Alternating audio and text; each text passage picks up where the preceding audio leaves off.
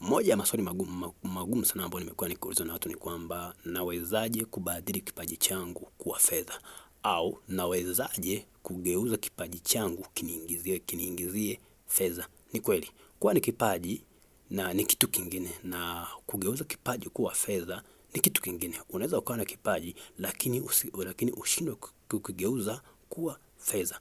Kuna mambo kadhaa ambayo unaweza tukayafanya, au hatua kadhaa ambazo unaweza kuzitumia na ukaweza ukabadili kipaji chako kikakuingizia fedha. Njia ya kwanza kabisa ni kugundua kipaji ulichonacho, discover your talent. Tambua una kipaji gani.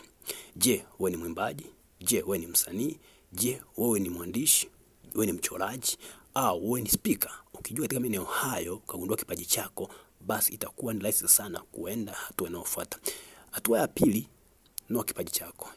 Sharpen your talent. Kinoe, kitengeneza. Unakinoaje? Kwa kufanya mazoezi ya kutosha, kwa kuhudhuria seminar, na kwa kusoma vitabu namna gani ufanye. Basi hapo itakusaidia sana kuweza kukitengeneza kiwe bora. Hakikisha kwamba kabla hakijawafikia watu, kabla hakijawafikia hadhira, kabla hakijawafikia waraji, kiwe kimenolewa kwa 80% angalau, kwamba watu wanaweza kupokea. Kwa hiyo anza kukinoa, kinoe, kitengeneze. Lakini hatua ya tatu, expose your talent.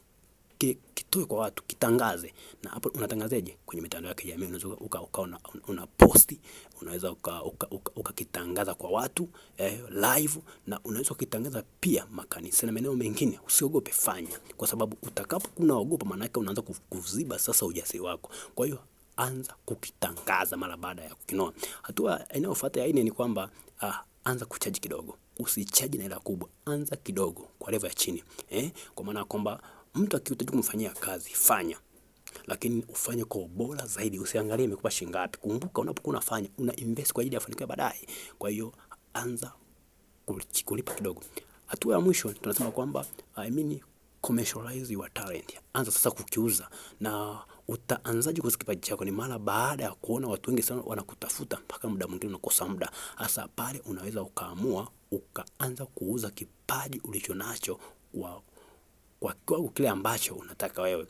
Watu wengi sana wanakosea sana. Watu wengi sana wanaanza kuuza kipaji kabla hajakinoa. Sasa mtu hawezi kununua kitu ambacho hakijawa bora. Kwa hiyo wanategemea kiwe bora, na kila mtu anataka kununua kitu kilicho bora ili kiweze kusaidia. Sasa sijui una kipaji gani, na kipaji chako umeanza kukifanyia lini? Na kama hujaanza, basi tambua, tafuta kipaji ulichonacho, uliza watu, jaribu kufanya kazi tofauti na kazi uliyozoea, lakini vile vile jaribu kutambua una kipaji gani. Baada hapo anza kukinoa na uweze kufikia hatua unayoitaka.